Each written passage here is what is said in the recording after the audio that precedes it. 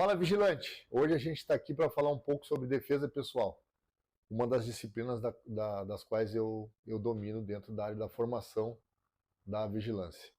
Primeiro a gente tem que entender um pouquinho o conceito de defesa pessoal. Defesa pessoal é toda e qualquer ação que se é tomada para fugir de algum momento de crise, de algum momento de agressão. Então eu posso fazer uso de qualquer objeto, uso de qualquer modalidade de arte marcial, qualquer coisa que vai me tirar daquela situação de risco é considerado uma defesa pessoal. Partindo desse princípio, vem aquela pergunta que o pessoal faz no cotidiano, né? Qual é a melhor arte marcial para defesa pessoal? Não existe melhor arte marcial, existe aquela que se domina, que se tem o maior domínio sobre ela, né?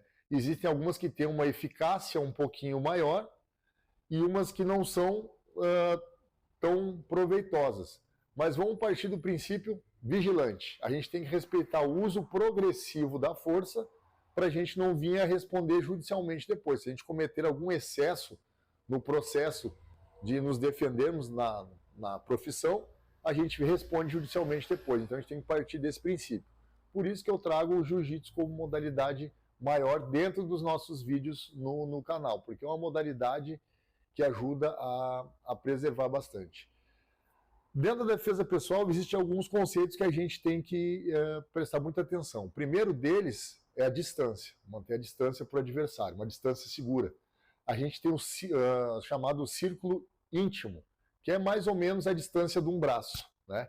Como a gente está dizendo íntimo, são pessoas do nosso íntimo que podem ficar próximo da pessoa. Um familiar, um cônjuge, um amigo, né?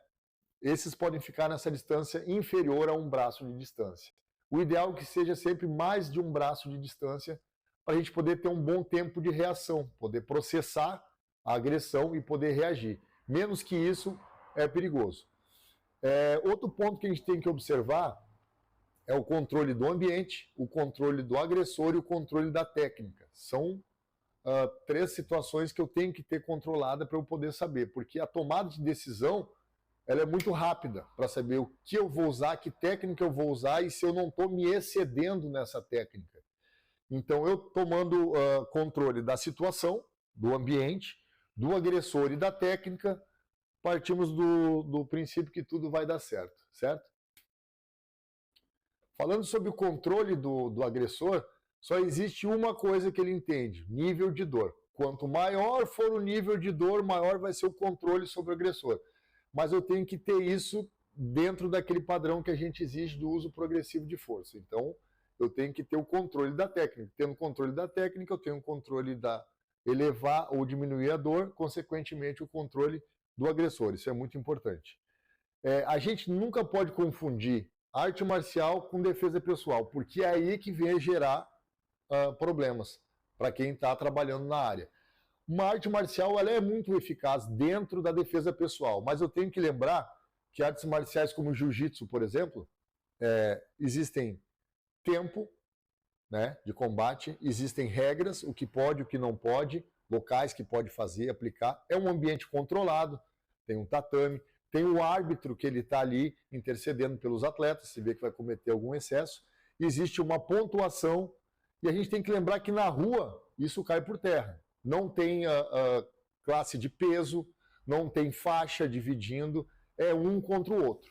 Quando eu tento fazer o jiu-jitsu na rua como defesa pessoal, não prestando atenção nessa questão que não é uma competição, eu vou acabar me machucando ou até morrendo. Existem vários casos que aconteceram no Brasil de multicampeões, né, que eram muito bons, eram excelentes nas suas modalidades e vieram a morrer por usar a técnica e achar que naquele momento haveria um juiz que marcaria 2 pontos de uma queda ou uma imobilização e alguém estaria para interceder. E acabaram sendo perfurados por faca ou até mesmo vieram a sofrer um disparo de arma de fogo, né, e vindo a falecer. Então a gente tem que ter esse cuidado. Eu posso usar a arte marcial na defesa pessoal, mas eu tenho que lembrar que a partir do momento que eu comecei a me defender, a usar essa defesa pessoal, eu só paro quando eu tenho controle total e segurança da situação.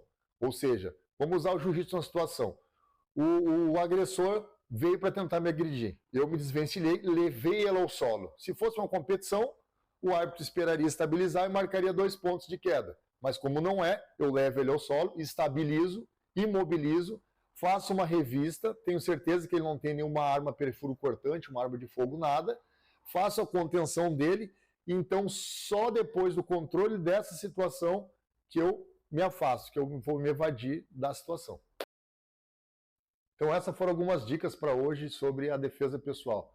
Já aproveita, segue nossas redes sociais. Se gostou do conteúdo, se foi proveitoso para ti, dá um joinha lá no YouTube para fortalecer a firma.